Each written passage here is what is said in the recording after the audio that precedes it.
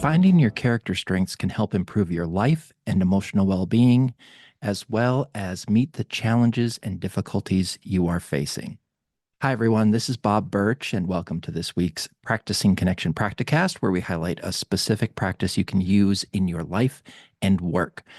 Some frameworks and assessments for identifying our strengths focus on workplace performance, but character strengths can be applied to really any situation, leading to positive emotions, engagement, meaning, positive relationships, and accomplishment. My Practicing Connection co-host, Jessica Beckendorf, will be guiding us through a practice connected to character strengths in just a few minutes. But first, let's learn more about them. Hi, Jessica. Can you help us understand what character strengths are? I will do my best. Yes, of course I can. Character strengths are the positive traits behind our thinking, feeling, and behaviors.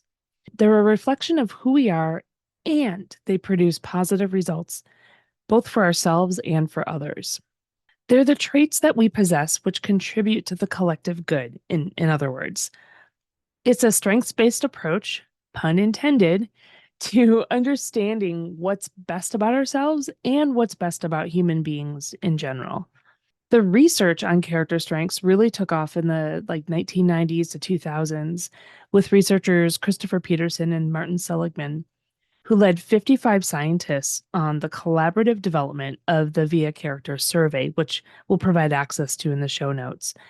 These scientists spoke to many thousands of people across the globe, even speaking with people in some of the most remote regions, in order to ensure that they captured the traits that would be recognized and understood by all.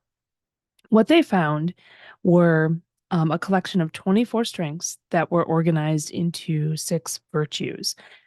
So there's the virtue of wisdom, which includes the strengths of creativity, curiosity, judgment, love of learning, and perspective.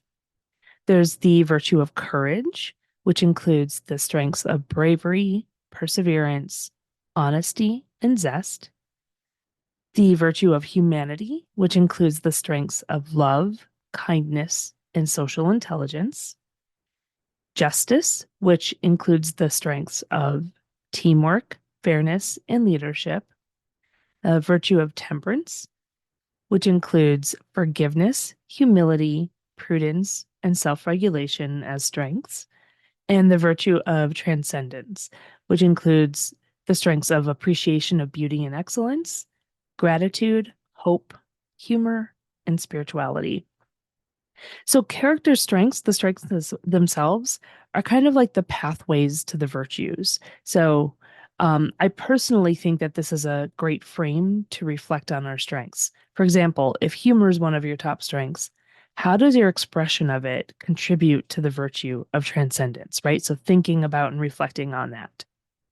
And a quick note about character strengths before we move on to the next question. One of the most interesting things to me is that we don't express a strength in isolation of our other strengths. So because of this, the same strength is going to show up differently in different people. And 2 people with the same strength are going to use it differently. I know I just said that 2 different ways, the same thing 2 different ways. And I did that on purpose because we really often want to put people, we want to organize people into neat little boxes. And you really can't do that with character strengths. So, how can exploring our character strengths help us find meaning in our lives? Well, on this very podcast, we've talked about how important knowing ourselves is to our own well-being, but also how knowing ourselves helps us to build relationships and contribute to collaborative work. Understanding our character strengths is one really excellent way of knowing ourselves. And nurturing our character strengths is an excellent way of living authentically.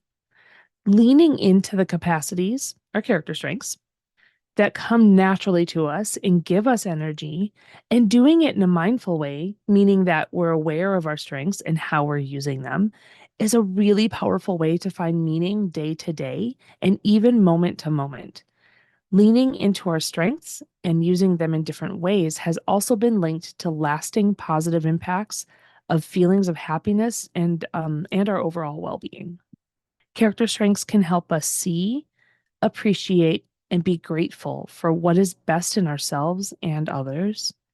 And when times are challenging, character strengths can help us focus on what's right with us instead of engaging in loads and loads of self-criticism, which I have been guilty of.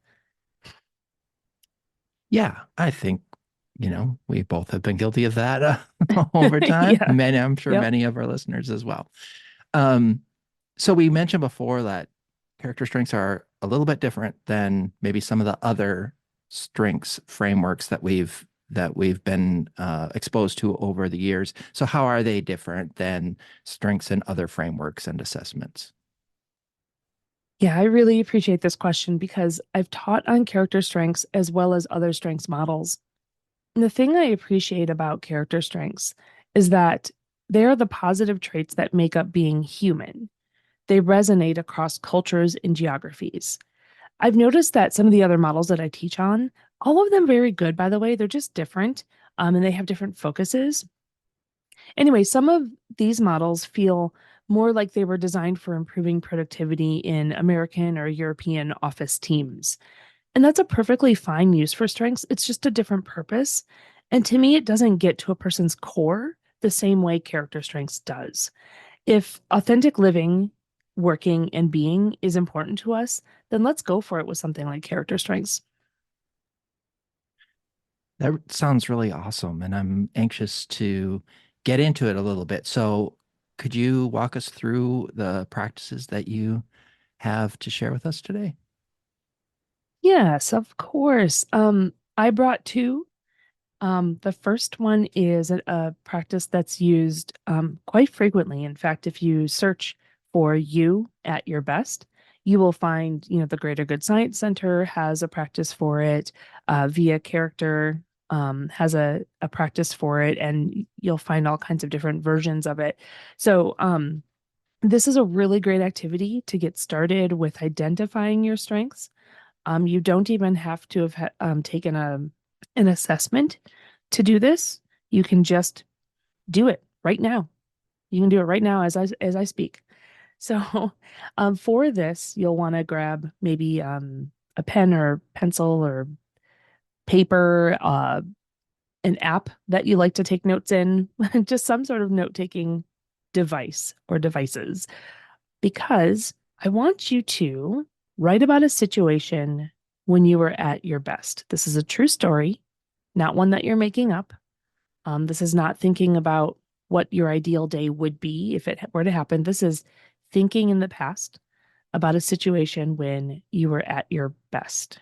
Your performance was strong. Maybe you were thinking and feeling and acting at a high level. You really felt like your authentic self. You were being who you are.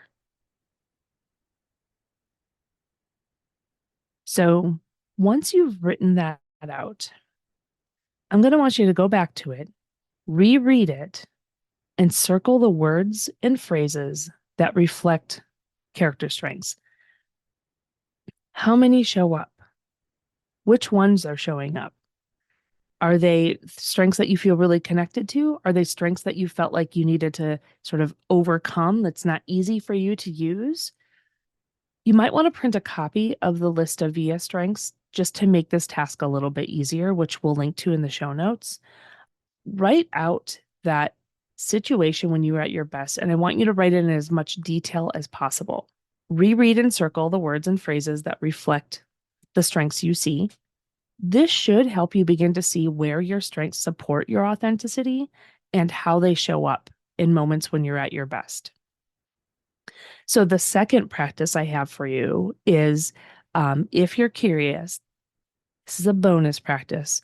Take the free VIA Character Strengths Assessment at viacharacter.org.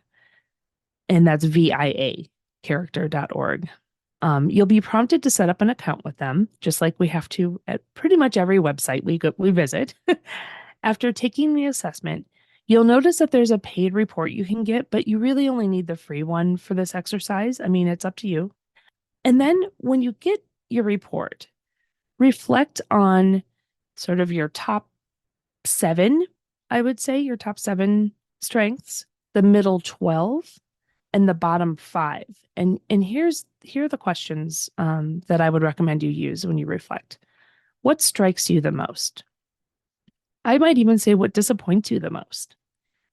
I don't, there's not a lot of disappointments so much when I have had people take this assessment. I have seen disappointments with other assessments I've had people take, but this one I haven't seen quite so much. People often seem to think that it does reflect who they are.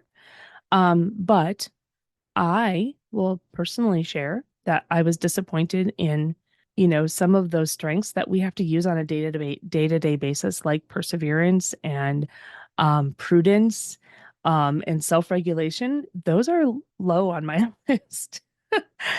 I've been fighting it my whole life, right? So what strikes you the most? Does the report reflect the real you? What insights show up for you? Or what questions does it raise?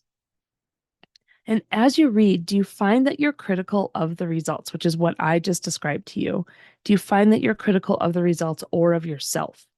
Do you focus on what is strongest, or are you focusing on what's low on the list, what's less strong for you?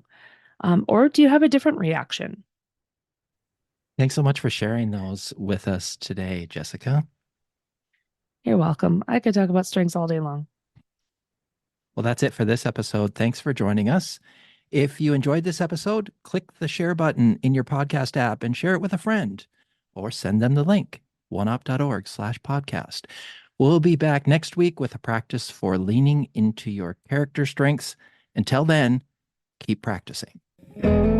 The Practicing Connection podcast is a production of OneOp and is supported by the National Institute of Food and Agriculture, U.S. Department of Agriculture, and the Office of Military Family Readiness Policy, U.S. Department of Defense, under award numbers 2019-48770-30366 and 2023-48770-41333.